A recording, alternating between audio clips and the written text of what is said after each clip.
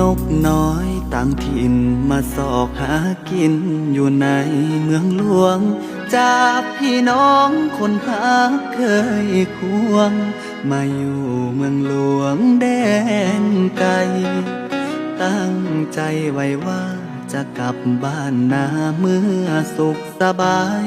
ลาจากบ้านแทบน้ำตาไหลก้าวไปเพื่อหางานทำตากแดดหน้าดำตะเวนคอยคำจึงได้กับตามาพักอยู่ในห้องเศร้า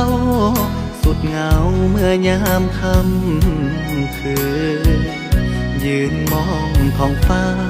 เห็นเมฆขาวหัวใจสะอื้นลมหนาวเมื่อยามกลางคืนหนาวสั่นสะท้านดวงใจห่างไกลหัวใจมันแสนจะเศร้าคิดถึงภาพเก่าเมื่อเฮานั้นอยู่บ้านนาสัญญาว่าไว้พร้อมเมื่อใดจะหีบกลับมารอคอยลูกก่อนเถิดนาจะกลับมาเมื่อลูกได้ดีอีก2-3 ปีพ่อแม่นี้จงตั้งตารอ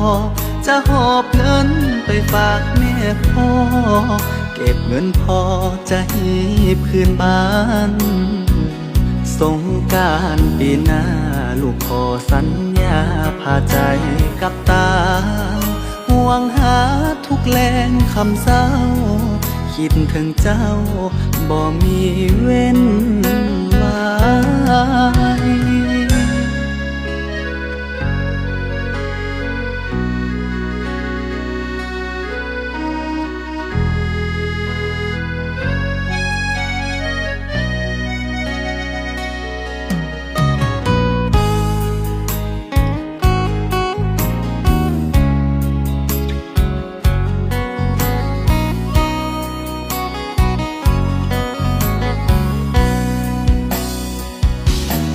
ห่างไกล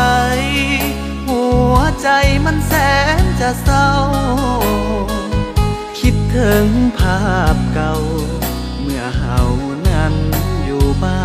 นนาสัญญาว่าไว้พร้อมเมื่อใดจะหีบกลับมารอคอยลูกก่อนเถิดนาจะกลับมาเมื่อลูกได้ดีอีก2-3 ปีพ่อแม่นี้จงตั้งตารอจะหอบเงินไปฝากแม่พ่อเก็บเงินพอจะหีบคืนบ้าน